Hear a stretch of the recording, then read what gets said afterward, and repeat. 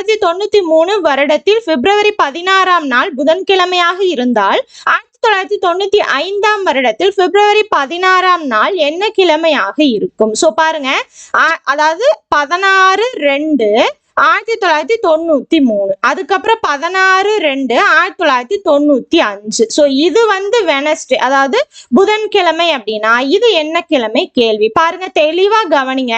முழுசா 2 வருஷம், ஓகேவா? சோ 2 இயர்ஸ் கம்ப்ளீட் ஆயிருக்கு. அப்ப இது வந்து ஃபர்ஸ்ட் இந்த இது பிப்ரவரியில இருக்கிறதால 1993 அப்படிங்கிறது நீங்க என்ன இயர்னு பாருங்க, ஓகேங்களா? சோ அதாவது நார்மல் இயரா லீப் இயரான்னு பாருங்க. 4ஆல டிவைட் ஆச்சுன்னா லீப் இயர், ஆகலன்னா நார்மல் இயர், ஓகேவா? இது நான் வந்து 4ஆல டிவைட் ஆகாது. அப்ப இது வந்து நார்மல் இயர். நார்மல் இயருக்கு ஒரே ஒரு ஆட் டே வரும்.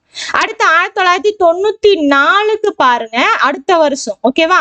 அதுவும் நார்மல் இயர் தான். இது வந்து 4ஆல டிவைட் ஆகாது. அப்ப அதுக்கு ஒரு ஆட் டே. மொத்தமா எத்தனை இருக்கு? 2 ஆட் டே இருக்கு.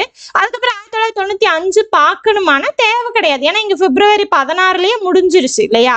பிப்ரவரி முடிஞ்சுது அப்படின்னா தான், ஏன்னா 28, 29 பிப்ரவரி அப்படிங்கிறது முடியறது தான் 28, 29ன்னு வரும். சோ அப்ப நீங்க இதை கன்சிடர் பண்ணணுங்கிறது கிடையாது. 1995 கன்சிடர் பண்ண வேணாம், ஓகேவா? சோ அப்ப ஒரு ஆட் டே, 2 ஆட் டே, மொத்தமா 2 ஆட் டே இருக்கு. சோ எப்பயுமே கொஸ்டின்ல கொடுத்திருக்கிறது 0.